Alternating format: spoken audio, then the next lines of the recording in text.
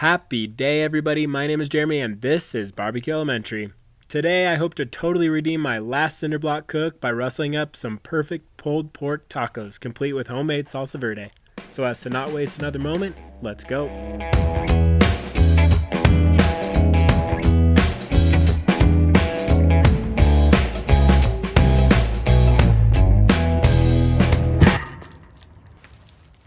I started this revenge tour off with a nearly 9-pound pork butt I picked up from Sprouts.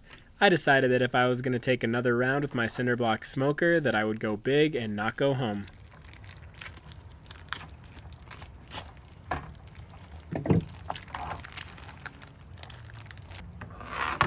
Besides removing this butt from the vac seal and patting it dry, I needed to do some simple and light trimming.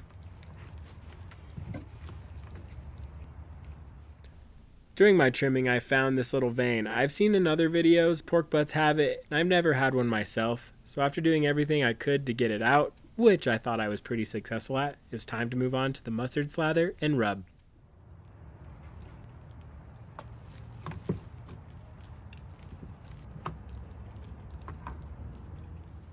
After coating this pig quite liberally and literally, including underneath this little flap here, it's time to apply the holy voodoo.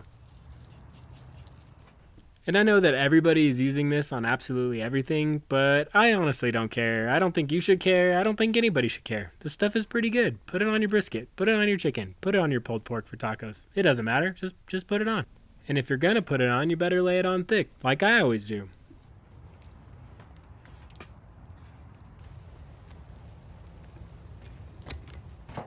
Once the pork butt was seasoned and sweating, it's time to get the pit ready. And I know it might not look like much. Kind of handles like a tractor in a world of Ferraris and leaks a little bit of heat out of the firebox, but it's a nice, simple, humble pit, and it gets the job done and actually draws air quite efficiently.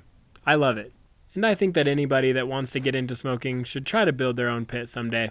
It's really rewarding.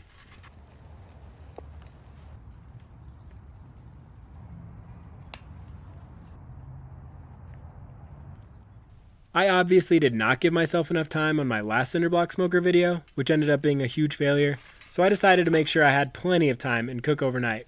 And I gotta tell you, I was pretty excited, this being the first overnight and all. So after I built a pretty good bed of coal with a charcoal chimney and some post oak logs, it was about that time to put the meat on.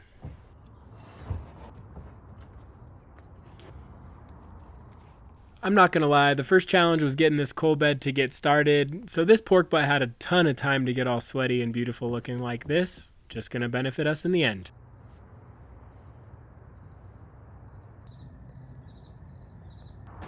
My plan was to run this thing at about 250 degrees to 275 degrees all night long, and I think I did pretty good.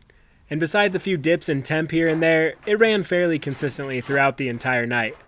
I only had to open the firebox about every 30 to 45 minutes to put on an extra log or two, which compared to my last few cooks on this was way more efficient. And I think because I spent the extra time in the beginning to make sure I had a really nice coal bed going, it made all the difference.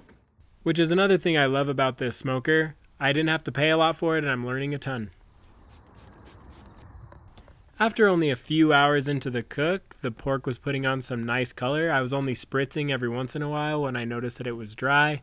And I only really opened the smoke chamber about once every hour and a half, so about every 2 trips out to the smoker or so. And I thought that was a good rhythm. And I don't think, looking back, that contributed to the stall, but I guess it could have. And the point of this channel is for this to be a barbecue elementary for me, so if you have any experience with opening the lid and how that affects a cook time, if you wouldn't mind putting in the comments below, I'd much appreciate it. After the color looked perfect to me and it temped at a nearly perfect 164 degrees, it was time to pull it and wrap it for the next phase.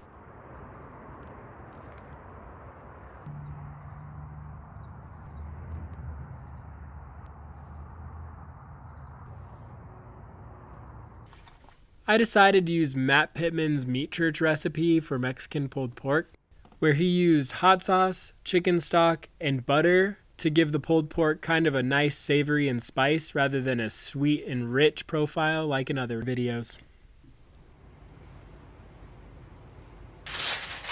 Now, I don't know if people typically look down on this, but I decided to use my oven to finish off in this phase because I didn't need to put on any more smoke and I didn't want to use any more of my firewood. With the meat all but taken care of, it was time to start on my Roasted Salsa Verde. I found a pretty easy to follow video on YouTube, and I'll link that here, but all you really have to do is roast 12 small tomatillos, about a half of a medium white onion, 2 jalapenos and a serrano pepper, and about 5 to 10 garlic cloves to taste. After all those vegetables are toasted up, you should use about 30 to 40 stems of cilantro. I like cilantro, so I kind of went pretty heavy. Then I added about 3 tablespoons of lime juice and about 3 teaspoons of salt into a blender and combined it all together. You could probably cut this recipe in half and do pretty well. I just wanted to make sure I had some left over, so I made double. Salsa verde, check. Pulled pork, check. It's time to assemble the tacos. But first I wanted to make sure I saved this cooking liquid, so I poured it through a fat separator, that way I could moisten the pulled pork later. At this point I started to have flashbacks about how badly the last cook on the Cinder Block Smoker went, but as you can see, the pork was perfectly tender, perfectly moist, pulled with ease. This was a great success for me. After giving the pork a nice little finishing dust, as Matt Pittman likes to call it, let's build some tacos. I started off with flour tortillas, threw on some crema Mexicana, put the pulled pork on, followed that up with the salsa verde, and topped it all off with Cotija Cheese, which tied the whole thing together. I also decided it wouldn't hurt to put on a little extra pixie dust from the holy Voodoo, and finally, take a bite. I gotta tell ya, these tacos were pretty darn good. The fatty, savory pulled pork offset by the acidic and spicy salsa verde are an amazing pair. I highly, highly recommend you give them a try sometime, and when you do, shoot me an invite, will ya?